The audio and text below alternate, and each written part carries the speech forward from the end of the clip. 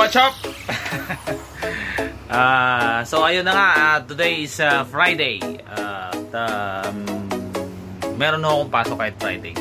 So actually hindi libre po yung pagkain namin tuwing Biyernes. So kaya gumagawa kami ng sarili namin pagkain tuwing Biyernes. So po, may mga tira kaming pagkain kagabi. Pagpunta namin sa dagat, inihaw na lamb chop, tsaka isda, at inihaw na manok. Ito yung uulamin ko. Initin ko lang po siya. So nandito ako ngayon sa maliit na kwarto ng aming garden. So ayun po, may sarili kaming lutuan dito.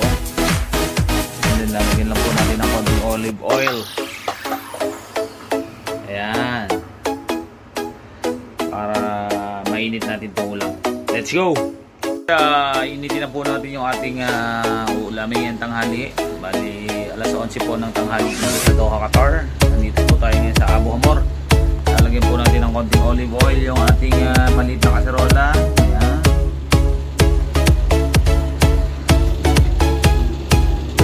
So yun po yung isda natin. Yung boneless chicken na luto na, kira kagabi. Then meron tayong isang lamb chop na natira. Init lang po natin.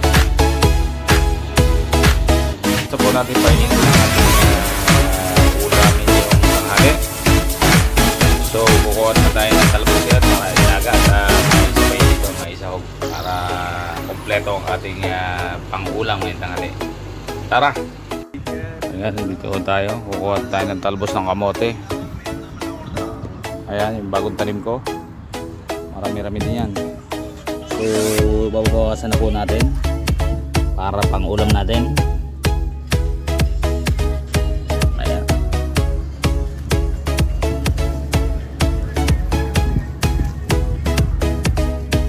Bawasan po natin ng ating tinanim para lumago siya. Hindi natin binawasan to.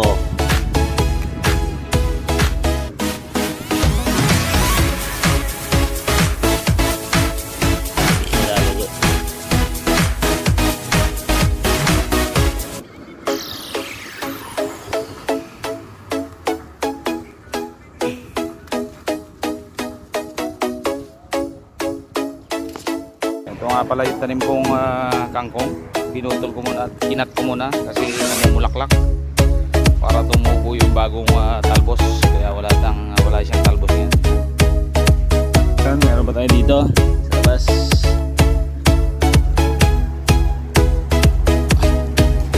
Meron tayo ng konting pang ulam. So, lagi na kukuhanan kaya nauubos agad. Ayan. At meron tayong kalaban.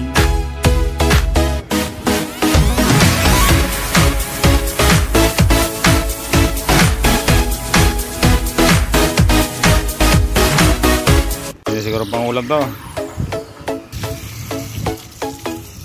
Dito na rin natin iinit sa initin ng tubig para mabilis ang proseso.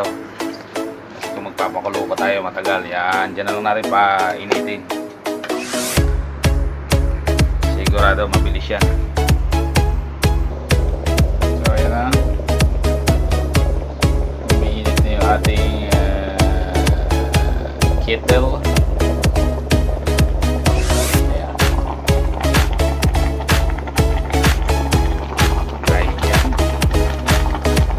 Ating talbos, papatakan lang natin ng konting olive oil para sumarap. Yan, then asin,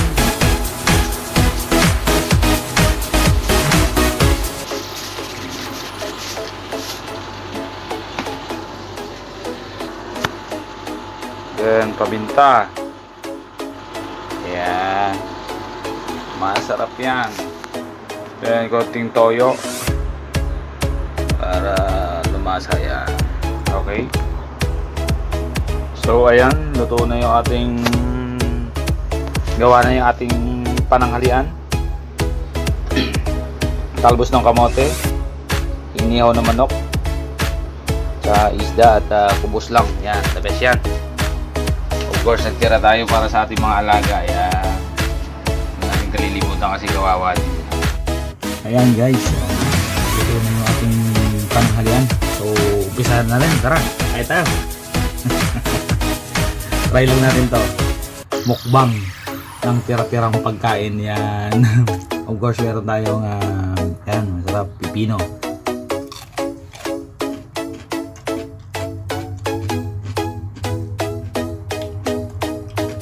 Partner ng kubos. Yan, dahil hindi ako nakapagsaing. Kubos yung ating kakainin.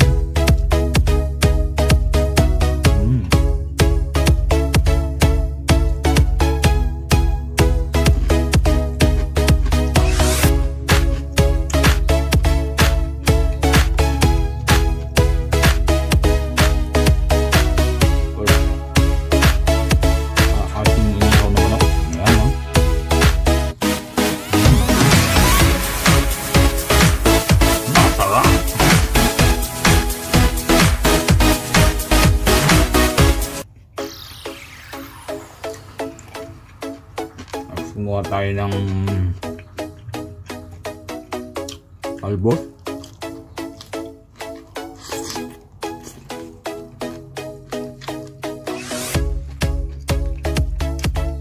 Isda.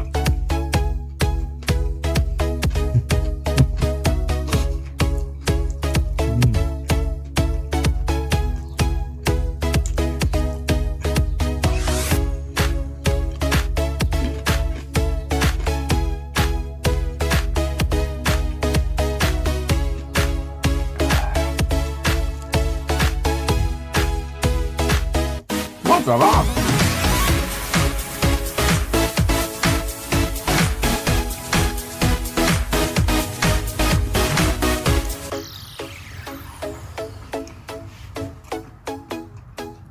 Huwag na tayo maglagay ng ketchup. May ketchup ako pero wag na. Kasi masarap na. Masarap na yung malasa na yung timpla ko kagabi. Hindi yung tinimplahan ko kagabi na niluto namin.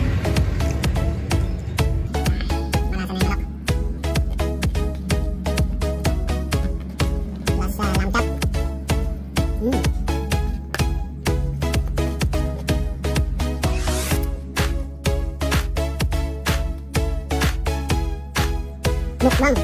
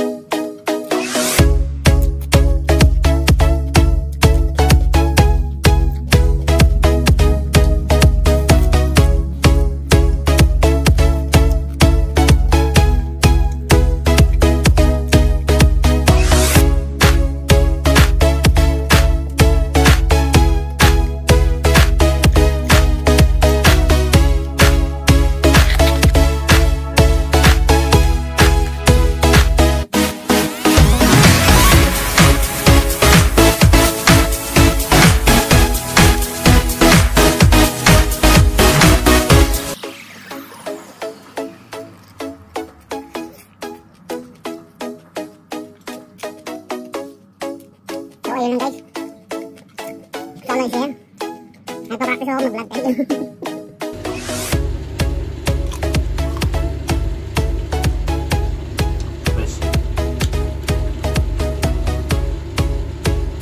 Pagkatapos natin magmukbang, yung mga alaga naman nating pusa ang ating pagmumukbangin. Ayan, tara. Oh, alam ko nag-aantay kayo. Tara. Ayan, dami nila. Masarap yung pananghalian nyo ngayon, ha. Ayan, ha. Mix ng inihaw na isda at inihaw na manok. Wait. Laki nila, oh. Oh. Tira. Yan sa taas, oh. Uy. Nak. Kubusan niya. Sabi siguro gutom, pati kubos na lang nila. O ito. Mailap ka kasi. Oh, yan. Kumain kayo. Sige, bye-bye.